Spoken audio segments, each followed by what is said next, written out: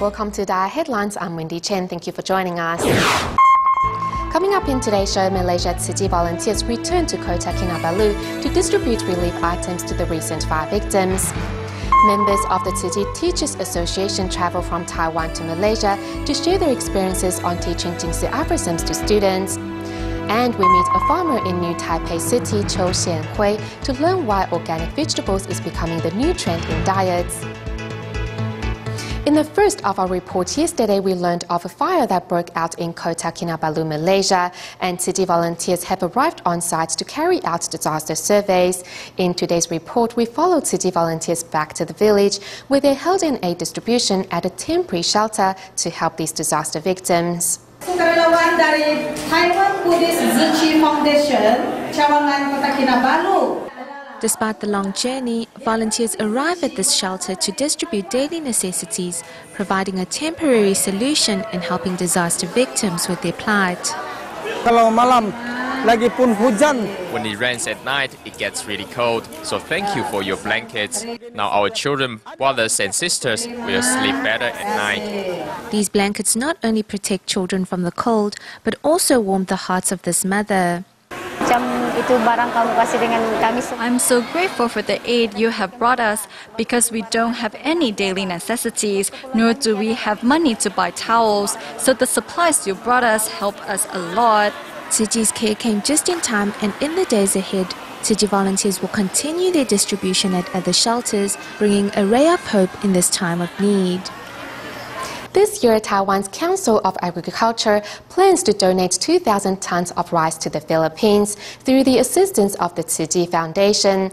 As the first container was ready to be shipped from the Kaohsiung port, Taiwan's Agriculture and Food Agency sent inspectors to check the quality of the rice that will soon find its way into the hands of the needy in the Philippines. Here at Taiwan's Kaohsiung port, workers are busy readying the rice that is going to be shipped to the Philippines. In total, 2,000 tons of rice will be delivered as aid. If the ship departs today, 3 days later, the rice will arrive in Manila. Following custom clearance, the rice will be delivered to a warehouse and be ready for the large-scale aid distributions on Buddha Day. Inspectors from the Agriculture and Food Agency carried out their final testing. They not only checked the quality of the rice bags, but also the packaging specifications. On each bag of rice, there should be inspection stamps from the notary company, AFA, and the processing factory. After checking the package, the inspector then tests the quality of the rice grains. During this phase, we check if the grain composition, amount of rice defects, and the milling degree meet CNS regulations. Once the quality checks are complete, workers put on fumigators inside the shipping containers to prevent insects from breeding. Thanks to the cooperation between the Taiwanese government and Tzu Chi, very soon Filipinos will be able to enjoy the fruits of Taiwan's agricultural goodness.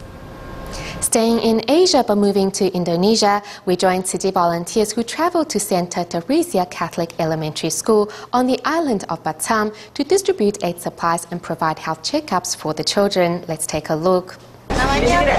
In Indonesia, Tzu Chi volunteers traveled to Batam Island to carry out a free clinic to help disadvantaged students of the Santa Teresa Catholic Elementary School. Later, volunteers also give children haircuts to give them a fresh look. Other than the students from this area, some impoverished families from Batam also live in the school dormitory.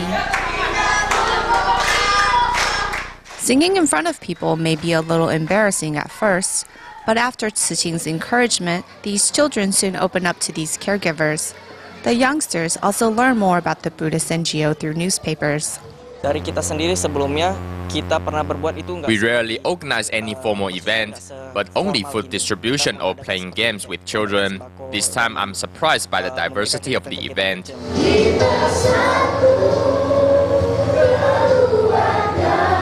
Signing to the song, "We Are One Family," these children know that Tzu Chi will always be by their side through thick and thin. In Taiwan, to celebrate the Children's Day, which falls on April 4th, medical staff from the Taipei Tzu Chi Hospital prepared surprise gifts for their young patients, bringing these children holiday joy and wishing them a speedy recovery. The fluffy stuffed animal, which catches this little girl's attention, is a gift prepared by the medical staff of Taipei Tzu Chi Hospital in celebration of Children's Day. Seeing so many people visiting her, the little girl is shy at first, but later she opens up to the doctor. Thanks to the care of the medical team, now the girl is recovering well.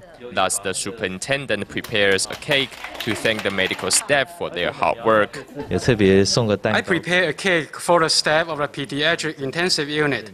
They really work hard. It normally takes an hour to change the girls' dressings. The staff working the night shift stay longer to assist those working the day shift. Leaving the intensive care unit, the staff then visit the pediatrics wards, where the superintendent hands out ornaments, Jinsi picture books, and audio books. Luo Wanling feels blessed to receive these gifts before being discharged from the hospital. This gift is to wish me to a speedy recovery so I can return to school. It also symbolizes a healthy, prosperous future. Seeing the youngsters' smiles, medical staff find their devotion all worthwhile, as they hope each child will live a happy and healthy life.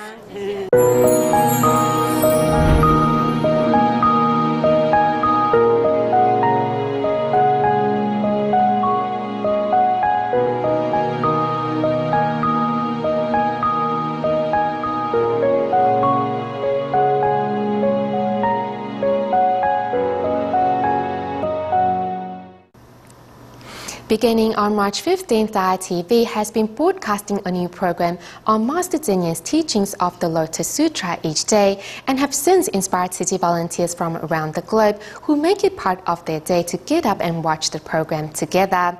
Among them are Tzu Chi volunteers from Malaysia's Kedah, who gather at 5:30 every morning at the local Jingsi Hall to listen to the Master's words of wisdom. In the hour-long gathering each morning, the happiness and fulfilling moments volunteers share together is attracting more and more to take part. With the sky still dark, the lights are already on here at the Jingsi Hall in Kedah, Malaysia, as volunteers gather to take in the Master's wisdom. From March 15th, DaAi TV has been broadcasting Master Zinyan's teachings on the Lotus Sutra every morning at 5:30 a.m. Volunteers here in Kedah have made it a point to gather for the broadcast every morning, 5 days a week.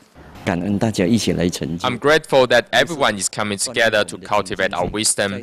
In the path ahead, I'm sure we will be able to overcome all obstacles and challenges. Altogether, around 25 volunteers or more showed up daily. Some live outside of town and need to get up even earlier to make it in time for the 5:30 broadcast. What is it about the program that motivates so many to get up so early? I've never listened to this sort of Dharma. It is something that I truly need to listen to every day. Otherwise, we just go through our days uniformed and have no idea what we are doing. Many take notes during the broadcast and continue to study after returning home, hoping to clarify the Master's Dharma in their own lives. When I started to watch, I was hooked. Wisdom at Dawn and Life Wisdom. These programs have shown me the direction I want to go with my life. Since the start of the broadcast, more and more volunteers have been joining such study groups around the world as they gather to learn, repent, and share in the joy of the Dharma. Staying in Malaysia, the Tzu Chi Kuala Lumpur and Selangor chapter recently invited members of Tzu Chi Teachers Association from Taiwan to share their experiences and encourage local teachers to include Jingsi aphorisms in their curriculum. Thanks to the seminar, local teachers are now more ready to spread these words of wisdom far and wide.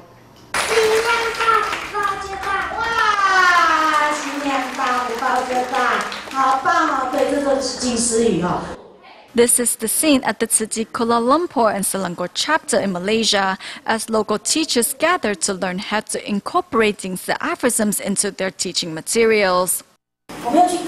We need to cultivate wisdom in children's hearts and guide them as their mentors. These are all points I take into consideration when designing class materials. When I was a school counselor, I would use activities to inspire students to feel and learn more about their lives. I think Jingsi aphorisms really touch upon these topics. As educational problems are on the rise, only with love can we inspire the inner purity of children. In spite of the distance, some teachers living on the east coast of Malaysia also insisted on attending the seminar. Whenever I visit the Tzu Chi Kuala Lumpur and Selangor chapter, the most important thing for me is to rediscover the way and passion of teaching. Some of the things taught during the seminar are things that I've learned before, but it was a good reminder and helped me rediscover my passion for teaching. During the seminar, teachers from Taiwan shared their experiences in teaching Jingzi aphorisms, and their sharing have inspired local teachers to do the same. I can incorporate Jingzi aphorisms in my class, share it with my co-workers or even family members. I am very happy to be a member of the Tzu Chi Teachers Association because this is something I have been looking forward to but didn't have the chance to participate in the past. It is like a dream come true. Thanks to members of Tzu Chi Teachers Association from Taiwan, these local teachers have gained a better understanding of Jingzi aphorisms and are ready to use these words of wisdom in guiding their students. In the United States, California Tzu Chi volunteers have continuously cared for impoverished families in the Lytle Creek community in San Bernardino. Apart from bringing free medical supplies, over the past 6 years, volunteers have also provided after-school tutoring for students of Lytle Creek Elementary School, as majority of the students are from low-income families and face many difficulties in their studies. Ready, set, go! Every 2 weeks, Tzu Chi volunteers visit Lytle Creek Elementary School, and on this visit, volunteers lead the students in a game of spoons versus forks, where students use either a fork or spoon to scoop the wool out from a bowl filled with water. Spoons versus forks, they all have things that they're strong in and that they're good at. So that kind of ties into, well, think about some things that you are good at and how you can use what you are good at to help somebody else. Lytle Creek is situated in an impoverished neighborhood in San Bernardino County, and upon hearing of Tzu Chi's Jingzi aphorism teachings, the school immediately contacted volunteers in hopes that Tzu Chi may also bring some inspiration to their students. It's not always about getting the right math problems or the right science questions, but it's basically using what we've taught them and thinking and deciding if what they're going to do, if this decision is a good decision or not. As majority of these students are from low-income households, character education gives these young ones hope for the future. Kids get a lot out of it. For example, 2 weeks ago they did a lesson on etiquette, taught the students where the plate goes, where the napkin goes, where the fork goes. And a lot of the students, they didn't know that concept, and they were really thrilled to go home and share it with their parents. What do you thought about class? The class is awesome. I like it because it shows not to ruin our lives, like just to keep on going on. As Tzu Chi volunteers continue to help students through character education, these students always embrace it with open arms.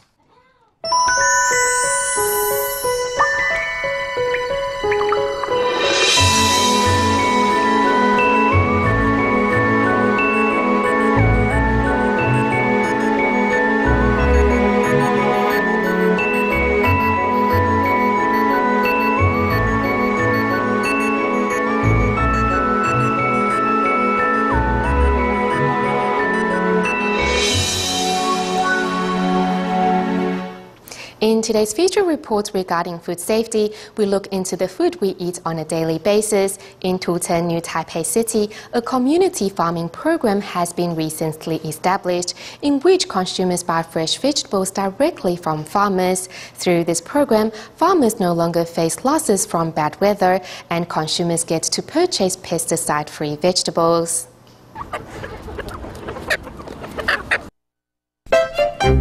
For city dwellers, this is a rare scene.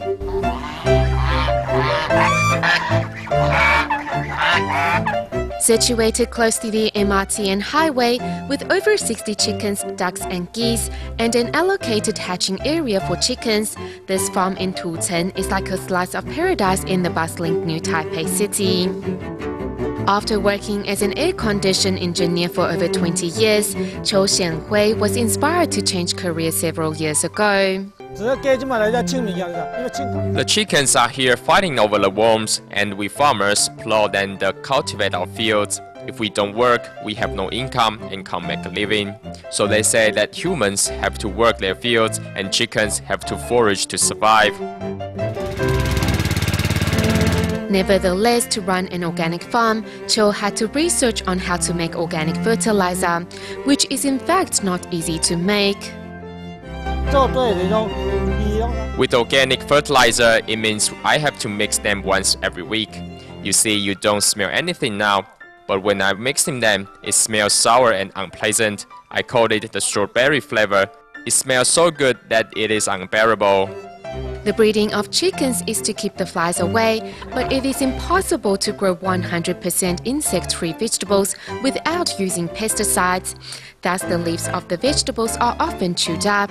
However, to these farmers, it is part of the food chain for humans to eat the vegetables only after the insects have eaten.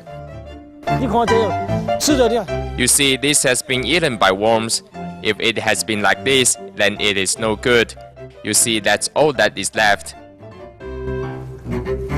The lettuce in my hand is one of the vegetables consumers receive through this community farming program. Vegetables are not only freshly picked, but are also healthy and safe to eat. Every Thursday is the farm's delivery day. At first, delivery was only made to one company, but today, the whole building are Qiu's customers, a sign showing consumers' rising concern over food safety. A bench top with freshly picked vegetables is the result of the sweat and hard work of these farmers.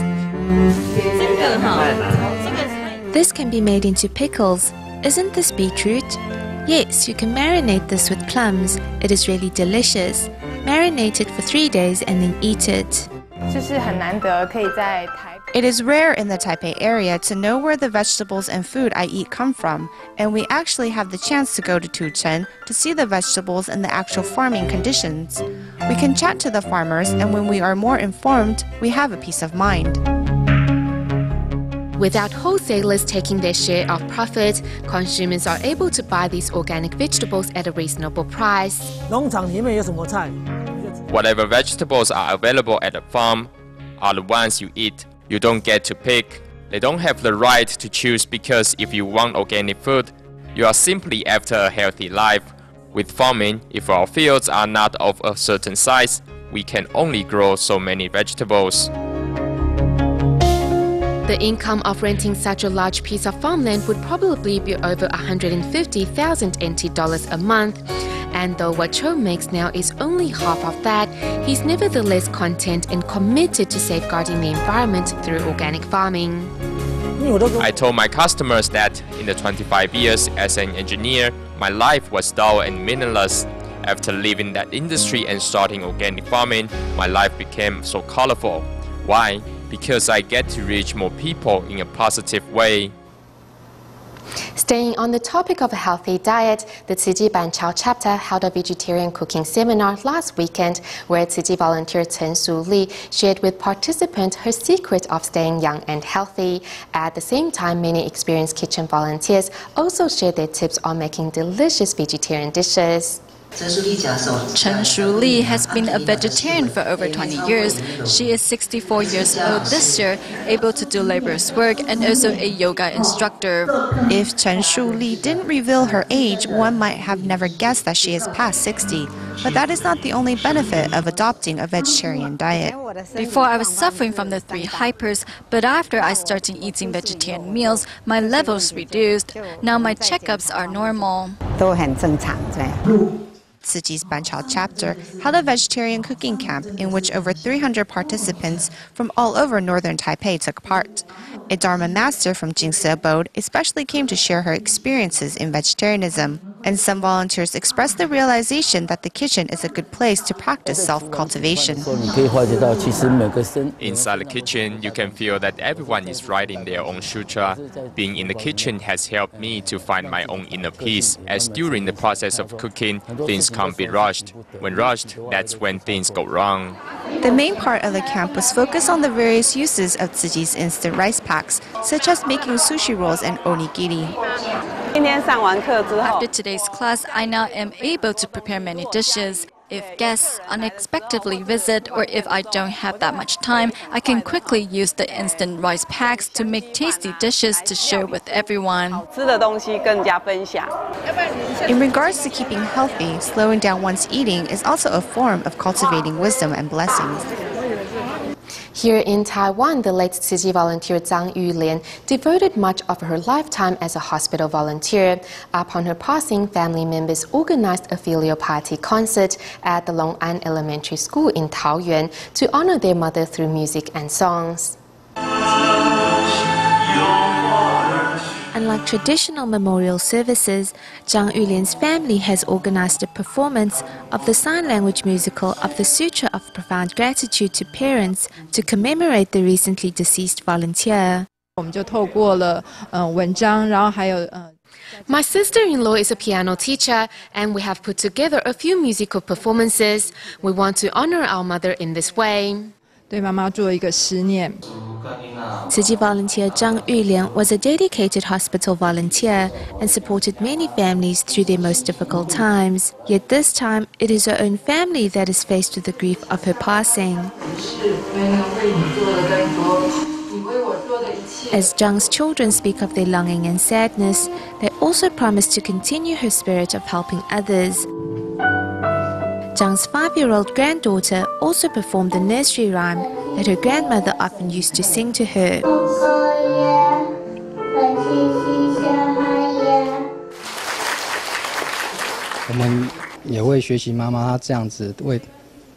We want to be more like our mother. She devoted herself tirelessly to Tzu Chi and carried on the spirit of great love. And this is something we want to practice. The things which you didn't accomplish during your lifetime, I will accomplish them for you and strive to do them even better. The organizing of the concert brought the family closer together, and their gestures moved the school's principal into providing the venue to host the filial piety concert.